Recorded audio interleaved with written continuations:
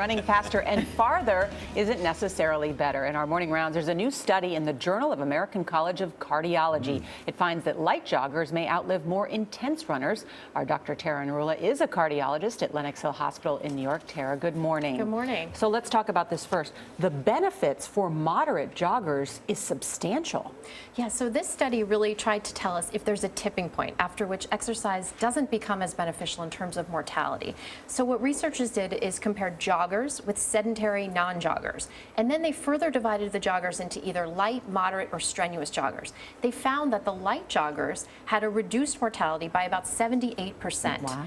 Moderate joggers reduced the mortality about 34%. And strenuous joggers actually had the same mortality as a sedentary non-jogger, which was very surprising. So define light, moderate, and heavy. So the best prescription, as far as the researchers found, in terms of light was a slower average pace, which is about 5 miles per hour, exercising about 2 to 3 times per week, or about 1 to 2.5 hours per week. That seemed to have the best overall profile in terms of mortality benefit. I was thinking of this was hashtag best study ever, that the harder you work, it may not be as beneficial for you. But the reality is, because it seems very counterintuitive, it seems the harder you work and the better you work out, that would be better for you. That's why I'm confused. It definitely seems counterintuitive because we know that exercise does wonders for us in terms of blood pressure and cholesterol and weight.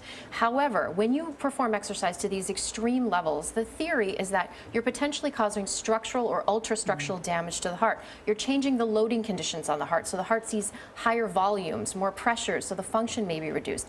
You're changing the impact on the arteries of the heart that may form earlier calcification or stiffening. And finally, you're potentially causing fibrosis to the tissue in the heart that can lead to electrical arrhythmias or abnormalities. But you're in no way saying that you shouldn't exercise. No. You know, I'm making light of it, but it really is very important. You know, you're not saying that.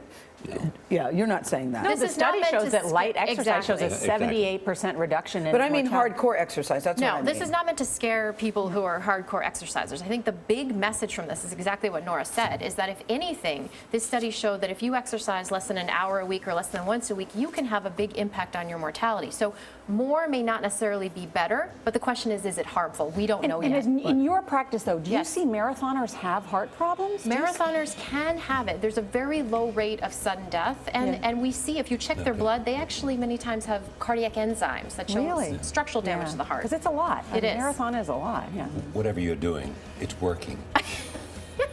Because this is your birthday. Yeah. Happy birthday. Aw, thank you. Happy birthday. Thank you. Enjoy, Dr. Tara Narula.